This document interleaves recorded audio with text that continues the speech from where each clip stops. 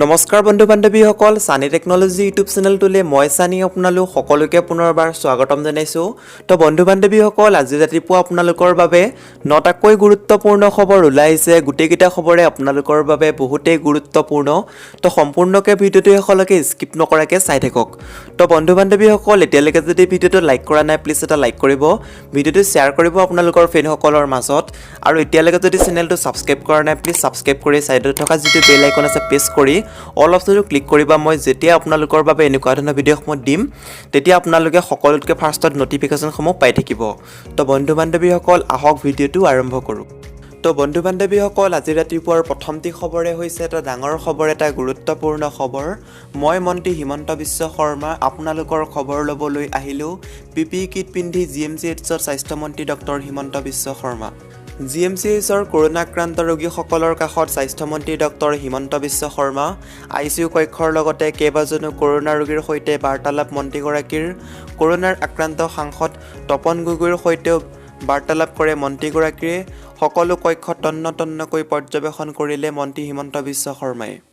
আৰু আজিৰ 2 নম্বৰ খবৰটি হৈছে অনিশ্চয়তাত আয়ুষ্মান ভাৰতৰ অধীনত কৰ্মৰত 1400 অসমীয়া যুৱক যুৱতীৰ ভৱিষ্যত, বঞ্চিত হৈছে প্ৰাপ্য দৰমহা।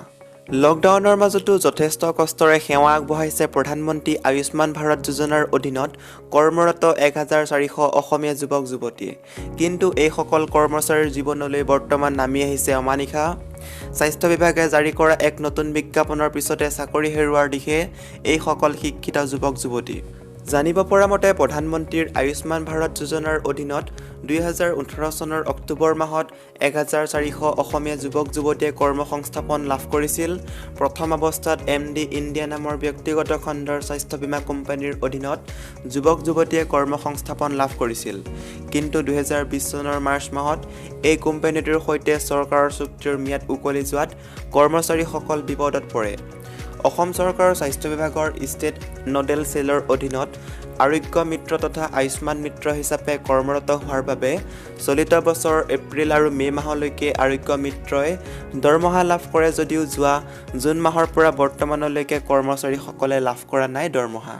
মহামাৰী কৰোণা বিভীষিকাৰ সময়তো এইসকল কৰ্মচাৰীয়ে নিয়মিতভাৱে কৰ্তব্য পালন কৰি আহিছে। ইয়াৰ পিছতো কৰ্তব্য পালন কৰি যোৱা এইসকল কৰ্মচাৰীক বঞ্চিত কৰি এতিয়া ৰাষ্ট্ৰীয় স্বাস্থ্য অভিযানে নতুনকৈ উচ্চতম মাধ্যমিক বিজ্ঞান শাখা উত্তীৰ্ণ 30 বছৰৰ তলৰ প্ৰাৰ্থীক আয়ুষ্মান মিত্ৰ পদৰ বাবে আবেদন জনাবলৈ বিজ্ঞাপন জাৰি কৰিছে। ফলত বৰ্তমান কৰ্মৰত প্ৰায় 1400 যুৱক যুৱতীয়ে চাকৰি হেৰুৱাৰ উপক্ৰম হৈছে। বিগত 3 মাহে বিনা বেতন আৰু নিযুক্তি পত্ৰ অবিহনে সেৱা আগবঢ়োৱা এইসকল স্বাস্থ্যকৰ্মীয়ে মুখ্যমন্ত্ৰী সৰ্বানন্দ সোণোৱাল আৰু স্বাস্থ্যমন্ত্ৰী ডক্টৰ হিমন্ত বিশ্ব শৰ্মাক তেওঁলোকৰ চাকৰিৰ ক্ষেত্ৰত সুৰক্ষা প্ৰদান কৰিবলৈ অনুৰোধ জনাইছে। আৰু আজিৰ 3 নম্বৰ খবৰটি হৈছে এটা ব্ৰেকিং নিউজ। আৰক্ষীৰ চাকৰিৰ বাবে টকাৰ লেনদেন কৰা দালাল মনোজ তামুলীক গ্ৰেপ্তাৰ কৰিলে আৰু লখিমপুৰ আৰক্ষীয়ে। SI অৰ্থাৎ ছাব ইন্সপেক্টৰ পদৰ বাবে 4 লাখ টকা বিচাৰিছিল মনোজ তামুলীয়ে, আৰু এই সমগ্ৰ ঘটনা সবিস্তাৰে সম্প্ৰচাৰ হৈছে। আৰু অৱশেষত দালাল মনোজক গ্ৰেপ্তাৰ কৰিলে আৰক্ষীয়ে। আপোনালোকে নিশ্চয় দেখিছে DGP আছাম পুলিচে এটা ইয়াতে লিখিছে, আপোনালোকক মই কৈ দিছোঁ, we have arrested the person behind the now infamous audio' clips who tried a malign our name in current recruitment drive. মানে এটা অডিঅ' ক্লিপছ আছিলে, অডিঅ' ক্লিপছটোৰ পৰা সেই মনোজ কুমাৰ তামুলী বুলি কয় তেওঁক গ্ৰেপ্তাৰ কৰিছিলে। 4 লাখ টকা ঘোচ বিচাৰিছিলে, যে 4 লাখ টকা লৈছিলে, লোৱাৰ পিছত চাকৰি দিম বুলি লৈছিলে আছাম পুলিচৰ যোনটো ছাব ইন্সপেক্টৰ পষ্ট হয়। তো সেইটো কাৰণে আছাম পুলিচে এৰেষ্ট কৰিলে। ঠিক আছে, ইয়াতে গোটেইখিনি লিখা হৈছে, আপোনালোকে ভালকৈ পঢ়ি চাই ল'ব পাৰিব। আৰু আজিৰ 4 নম্বৰ খবৰটি হৈছে গুৱাহাটীত মুকলি ৰাজ্যৰ প্ৰথমখন জেনেৰিক ফাৰ্মাচী। 100 টকাৰ মেডিচিন লাভ কৰিব 20-25 টকাত। প্ৰতিটো ঔষধতে থাকিব 80% ৰেহাই। গুৱাহাটীৰ লালগণেশত দেওবাৰে মুকলি কৰা হয় ৰাজ্যত প্ৰথমখন জেনেৰিক ঔষধ বিক্ৰী কৰা ফাৰ্মাচী। গুৱাহাটীৰ লালগণেশৰ ভাৰতীয় জীৱন বীমা ছেটেলাইট কাৰ্যালয়ৰ বিপৰীত দিশত অৱস্থিত এই ফাৰ্মাচীখন। এই ফাৰ্মাচীখন উদ্বোধন কৰে জাভা ইণ্ডিয়াৰ আঞ্চলিক বিষয়া বিজিত ৰয়ে। প্ৰায় সকলো ধৰণৰ ৰোগেৰে দৰৱ উপলব্ধ হ'ব জাভা ইণ্ডিয়াৰ এই জেনেৰিক ফাৰ্মাচীত। এই ফাৰ্মাচীৰ স্বত্বাধিকাৰী কৌশল চক্ৰৱৰ্তীয়ে প্ৰথমবাৰৰ বাবে ৰাজ্যত এই ফাৰ্মাচী মুকলি কৰে বুলি জানিবলৈ দিয়ে। ঔষধৰ লগত টুথব্ৰাষ্টৰ টুথপেষ্টৰ পৰা আৰম্ভ কৰি সমগ্ৰ কসমেটিক্স উপলব্ধ হয় এই ফাৰ্মাচীত। ইপিনে সাধাৰণ ফাৰ্মাচীত 100 টকাৰ ঔষধটো জেনেৰিক ফাৰ্মাচীত 20-25 টকাতে উপলব্ধ হ'ব বুলি তেওঁ জনায়। কেঞ্চাৰ, কিডনিৰ সমস্যা, ডায়েবেটিছৰ পৰা আৰম্ভ কৰি প্ৰায় সকলো ৰোগৰে দৰৱ এই ফাৰ্মাচীত উপলব্ধ হ'ব বুলি চক্ৰৱৰ্তীয়ে আমাৰ সাংবাদিকক জনায়। বৰ্তমানলৈকে 50% ৰোগৰ ঔষধ ইতিমধ্যে ফাৰ্মাচীখনত উপলব্ধ হ'ব বুলি চক্ৰৱৰ্তীয়ে জনায়। আৰু আজিৰ পাছৰ খবৰটি হৈছে জনসাধাৰণৰ মনত বিশ্বাসৰ অভাৱ হ'লে মই প্ৰথম কোভিডৰ ভেকচিন গ্ৰহণ কৰিম, কেন্দ্ৰীয় স্বাস্থ্যমন্ত্ৰীৰ মন্তব্য। ভাৰতত 2021 চনৰ এপ্ৰিল মাহৰ ভিতৰত কৰোনা ভাইৰাছ প্ৰতিৰোধী ভেকচিন উপলব্ধ হ'ব বুলি দেওবাৰে কেন্দ্ৰীয় স্বাস্থ্যমন্ত্ৰী হৰ্ষবৰ্ধনে উল্লেখ কৰে। কোভিড ভেকচিন আগন্তুক বৰ্ষৰ প্ৰথম ভাগত দেশৰ জনসাধাৰণৰ বাবে উপলব্ধ হ'ব। হৰ্ষবৰ্ধনে এক অনুষ্ঠানত সম্বোধন কৰি এইদৰে কয়। আনহাতে ভাৰতত কৰোনা ভাইৰাছৰ মানৱ দেহত পৰীক্ষণৰ সময়ত চৰকাৰে সম্পূৰ্ণ সজাগতা গ্ৰহণ কৰিছে বুলিও হৰ্ষবৰ্ধনে লগতে জানিবলৈ দিয়ে। তদুপৰি ভেকচিনৰ সুৰক্ষা, ব্যয় সংখ্যা, বিতৰণ ব্যৱস্থা আদিৰ ক্ষেত্ৰতো চৰকাৰে সঠিক পদক্ষেপ গ্ৰহণ কৰিব বুলি স্বাস্থ্যমন্ত্ৰীগৰাকীয়ে লগতে প্ৰকাশ কৰে। স্বাস্থ্যমন্ত্ৰী হৰ্ষবৰ্ধনে লগতে কয় যে যদিহে জনসাধাৰণৰ মনত ভেকচিন সম্বন্ধে বিশ্বাসৰ অভাৱ হয় তেন্তে তেওঁ প্ৰথম ব্যক্তি হিচাপে এই ভেকচিন গ্ৰহণ কৰিব। হৰ্ষবৰ্ধনে লগতে কয় যে স্বাস্থ্যকৰ্মী, জ্যেষ্ঠ নাগৰিক আৰু ৰোগ আক্ৰান্ত ব্যক্তিসকলক চিনাক্ত কৰি প্ৰথমতে ভেকচিন প্ৰদানৰ ক্ষেত্ৰত অগ্ৰাধিকাৰ দিয়া হ'ব। আৰু আজিৰ পাছৰ খবৰটি হৈছে একেলগ হ'ব নেকি অখিল, লুৰিণ আৰু পলাশ? কি ইংগিত লুৰিণজ্যোতি গগৈৰ? অৱশেষত অখিল গগৈৰ সুৰতে সুৰ মিলাই লুৰিণে ক'লে, আমাৰ লক্ষ্য বিজেপিক উফৰুৱা, কংগ্ৰেছ ADF-ক প্ৰতিহত কৰা। বিভিন্ন বিতৰ্ক, বিভিন্ন সমালোচনা, বিভিন্ন আলোচনা তথা চৰ্চা চলিল। অৱশেষত লুৰিণজ্যোতি গগৈ ফেন ক্লাবৰ তৰফৰ পৰা আহিল এক স্পষ্ট ইংগিত। বিজেপিক উৎখাত তথা কংগ্ৰেছ ADF-ক প্ৰতিহত কৰাৰ স্বাৰ্থত একত্ৰিত হ'ব সকলো আঞ্চলিক শক্তি। লুৰিণজ্যোতি গগৈৰ উদ্ধৃত দি লুৰিণজ্যোতি গগৈ ফেন ক্লাব নামৰ ফেচবুক পেজটোৱে লিখিলে যে তেওঁলোকৰ লক্ষ্য বিজেপিক উফৰুৱাৰ তথা কংগ্ৰেছ ADF-ক প্ৰতিহত কৰা। পৰামৰ্শদাতা কমিটি এটা শক্তিশালী ঐক্যবদ্ধ আঞ্চলিক দলৰ পৰামৰ্শ দিছে, আমাৰ লক্ষ্য বিজেপিক উফৰুৱা, কংগ্ৰেছ ADF-ক প্ৰতিহত কৰা। গতিকে ৰাজনৈতিকভাৱে সকলো ঐক্যবদ্ধ হ'বই লাগিব। ফেচবুক পেজটোৰ মতে এইদৰে কয় লুৰিণজ্যোতি গগৈয়ে। আৰু আজিৰ পাছৰ খবৰটি হৈছে ৰাজ্যৰ পৰিৱেশ খুবেই বেয়া, ভেকচিন নহালৈ বৃহৎ প্ৰত্যাহ্বান, ক'লে মন্ত্ৰী হিমন্ত বিশ্ব শৰ্মাই।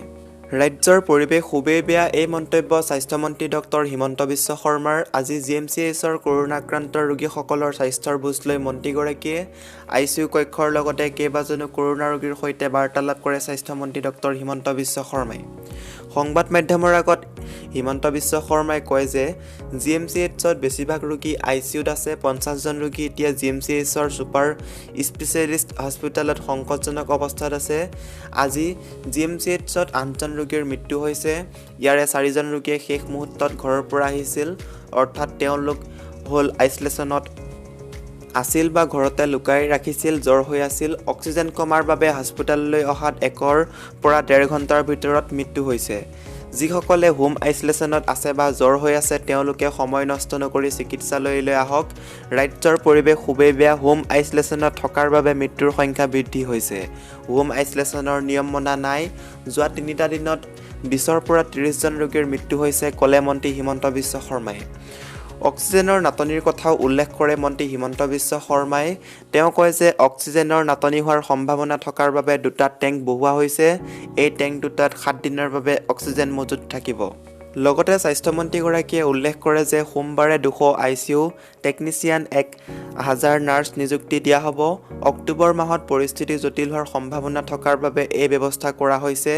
বৰ্তমান নিযুক্তি পোৱাসকল প্ৰশিক্ষণ থাকিব। 1 অক্টোবৰৰ পৰা বিভিন্ন স্থানলৈ যাব। যোৰহাট, ডিব্ৰুগড়, শিলচৰ, গুৱাহাটী, কামৰূপৰ বিভিন্ন স্থানত ICU বহুৱাৰ কাম চলি আছে। GMCHত 40খন ICU বৃদ্ধি কৰা হ'ব। 1600 চিকিৎসাকৰ্মী কোভিডৰ লগত জড়িত আছে। ইয়াৰে GMCHৰ 500 চিকিৎসক কোভিডত আক্ৰান্ত হৈছে, ক'লে মন্ত্ৰী হিমন্ত বিশ্ব শৰ্মাই। লকডাউন মানুহে নামানে, লকডাউন সমস্যাৰ সমাধান নহয়। হোম আইচলেশ্যনত থকাসকল বহুত পলমকৈ ৰিপৰ্ট কৰিছে, সেয়া অতি বিপদৰ কথা। হোম আইচলেশ্যন বন্ধ কৰিলে মানুহে আপত্তি কৰে। হোম আইচলেশ্যনত নথকা সময়ত মৃত্যু সংখ্যা কম হৈ আছিল। ভেকচিন নহালৈ বৃহৎ প্ৰত্যাহ্বান। আৰু আজিৰ পাছৰ খবৰটি হৈছে ড্ৰাগছ ব্যৱসায়ীয়ে 2 বছৰ পৰ্যন্ত নাপাব জামিন। নগাঁও আৰক্ষীয়ে অবৈধ নিচাযুক্ত দ্ৰব্যৰ ব্যৱসায় আৰু সৰবৰাহৰ বিৰুদ্ধে ব্যাপক অভিযান অব্যাহত ৰাখিছে। এনে ব্যৱসায়ৰ লগত জড়িত সকলৰ বিৰুদ্ধে কঠোৰৰ পৰা কঠোৰ ব্যৱস্থা গ্ৰহণ কৰা হ'ব। কালি নগাঁৱৰ আৰক্ষী ছাউনীত আয়োজিত এখন সংবাদমেলত নগাঁৱৰ আৰক্ষী অধীক্ষক অভিজিত গৌৰৱ দিলীপে এই কথা অৱগত কৰি কয়, নিচাযুক্ত ঔষধৰ ব্যৱসায় আৰু সৰবৰাহৰ বিৰুদ্ধে আমাৰ যুদ্ধ চলি আছে আৰু চলি থাকিব। এনে ব্যৱসায়ৰ লগত জড়িতৰ বিৰুদ্ধে ব্যৱস্থা গ্ৰহণ কৰি আহিছোঁ আৰু ভৱিষ্যতেও কৰি যাম। সংবাদমেলত আৰক্ষী অধীক্ষকগৰাকীয়ে এই সন্দৰ্ভত 6টা মাহত লাভ কৰা সফলতাৰ ব্যাখ্যা দাঙি ধৰি জানিব দিয়ে যে এই সময়ছোৱাৰ ভিতৰত নগাঁও আৰক্ষীয়ে নিচাযুক্ত ঔষধৰ ব্যৱসায় আৰু সৰবৰাহৰ সন্দৰ্ভত 67টা গোচৰ NDPS এক্ট 1988 অধীনত পঞ্জীয়ন কৰা হৈছে। 135 জন ড্ৰাগছ সৰবৰাহকাৰীক কাৰাগাৰলৈ প্ৰেৰণ কৰা হৈছে। 64,000টা টেবলেট, 17,600টা কফ চিৰাপ, 12 কিলোগ্ৰাম গাঞ্জা, 1.45 কিলোগ্ৰাম হিৰোইন, 395 গ্ৰাম ব্ৰাউন চুগাৰ জব্দ কৰা হৈছে। আৰু আজিৰ শেহতীয়া খবৰটি হৈছে দিল্লীত পুনৰ আৰম্ভ কৰোনাৰ সংক্ৰমণ। ব্যক্তিগত চিকিৎসালয়ক 80% ICU বিচনা সংৰক্ষণৰ নিৰ্দেশ চৰকাৰৰ।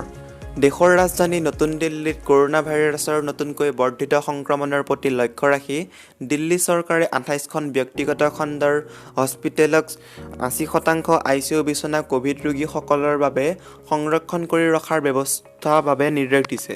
দিল্লী চৰকাৰৰ তৰফৰ পৰা প্ৰকাশ কৰা নিৰ্দেশনাত এই 28খন ব্যক্তিগত খণ্ডৰ হস্পিটেলৰ নাম উল্লেখ কৰা হয়। নিৰ্দেশনাটোত উল্লেখ কৰা আগশাৰীৰ হস্পিটেলসমূহৰ ভিতৰত Max Saket, Fortis, Vasant Kunj, Saroj super hospital, MD city hospital আৰু চাৰ গংগাৰাম চিটি হস্পিটেল পূজাৰুত। উল্লেখযোগ্য যে দিল্লীত কৰোনা ভাইৰাছৰ সংক্ৰমণৰ সংখ্যা নিয়ন্ত্ৰণলৈ অহাৰ পাছত পুনৰ ইয়াৰ সংক্ৰমণ আৰম্ভ হৈছে। অৱশ্যে দিল্লীৰ স্বাস্থ্যমন্ত্ৰীগৰাকীয়ে দিল্লীত কৰোনাৰ দ্বিতীয় ৱেভ অহা বুলি অস্বীকাৰ কৰিছে। মেট্ৰকে ধৰি বজাৰ সমাৰ আদি খোলাৰ ক্ষেত্ৰত নীতি নিৰ্দেশনাসমূহ কিছু পৰিমাণে শিথিল কৰি দিয়া বাবেই পুনৰ কৰোনাৰ সংক্ৰমণ বৃদ্ধি পোৱা বুলি দিল্লী চৰকাৰৰ তৰফৰ পৰা উল্লেখ কৰা হৈছে। তো বন্ধু বান্ধৱীসকল, আজিৰ ভিডিঅ'টোত আপোনালোকক বহুকেইটা গুৰুত্বপূৰ্ণ খবৰ দিব চেষ্টা কৰিলোঁ।